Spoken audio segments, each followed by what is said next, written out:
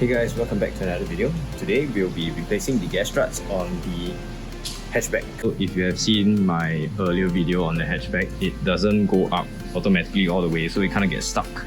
And then I have to manually push it all the way up and then it stays up. So the reason why is because these gas struts are probably 28 years old and they have lost their use, they lost their efficiency. So what I did was I ordered some new gas struts on AliExpress, which were suitable for the EG, and the plan of attack today is to swap these out. So here are the new gas struts. They were pretty cheap, I think about $20 for the pair. I'll leave an affiliate link down in the description below if you want to check it out, and if you need a specific EG model. Otherwise, I think there's plenty more car models that you can find online. As long as the length is correct, I think you're about fine. The whole gas strut comes with the screw as well, which I don't think I'll be replacing today since I don't have a correct socket for that. But I'll show you when we get there. And then they come with these C-clips. So a lot of the videos I saw online, they show you how to do it with the C-clips. But if you see, on the EG, there are no C-clips here, so I was puzzled for a moment, what should I do? And then when I googled how to remove this, apparently you can just pop them out with a screwdriver. Okay, so first things first, you gotta remove the gas strut from the screw. And how you do that is to actually release the C-clip. So use the screwdriver and you sort of try and pop it out. Oh no, the screwdriver is a bit too big. Hold on. Alright, so once you get the screwdriver in there, you should raise the C-clip up to something like that. Actually, it was harder than I expected. I thought it would be pretty easy.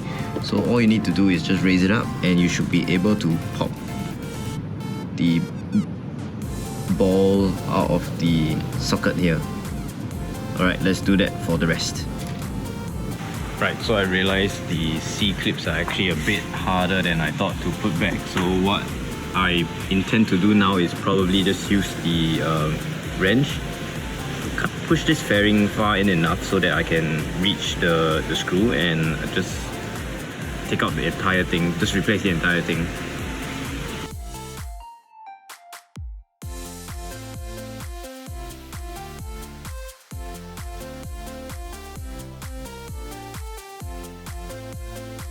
For this top part, I realized it's screwed into this whatever this thing is called. I don't know what it is, but it's this on the other end. So when you unscrew it, it spins together. So what you need to do is to get a big enough wrench to actually hold on to this part of the I really have no idea what's this called. Hold on to this and then you unscrew it from here.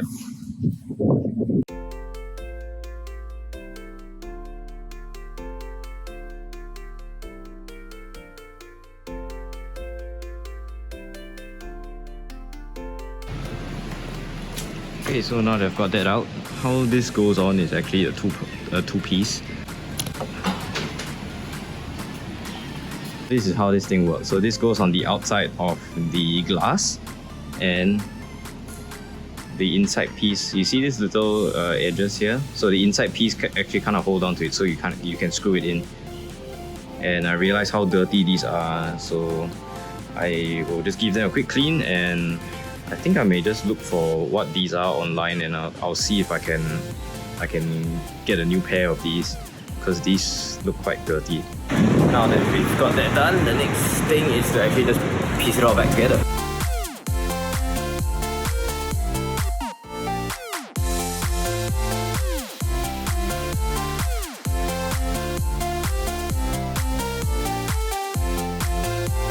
So if you're going to do this, I recommend you get something to prop the boot up, because once you take out one side, the other side may or may not be able to hold the weight at the full open, and the alignment for the bottom one will be a bit off. You see how this is angled a bit up because the boot is too low. So all you need to do is just lift it up, and then the screw should go in well. So I'm a bit too lazy to go home and take some bamboo pole to prop it up. So I guess, you know, what is the right height, you know, me. So I'm just gonna see if that works.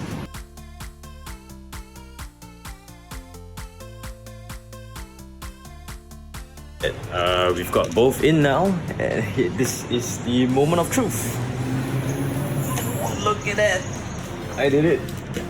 Alright, so it works, and I just realized, you know, owning an old car like this, things that you take for granted, for example, simple things like having the boot go up on its own, it's kind of not to be expected with an old car. Unless the previous owner has already done all these. Yeah, so I guess that's part of owning a old car like the EG, which I actually kind of enjoy. So doing the simple stuff like this that don't affect any drivability helps me build some confidence of actually working on the car. And hopefully I may be more confident in future to tackle some more DIY stuff. So I guess this is a stepping block for me to actually start working and start renting. And yeah, which like I said, I really enjoy doing stuff like this. I hope you guys enjoyed today's video. Hit the like button if you like what you saw today. And I'll be doing more stuff like this to the EG over time. And I'll catch you guys in the next one. Peace.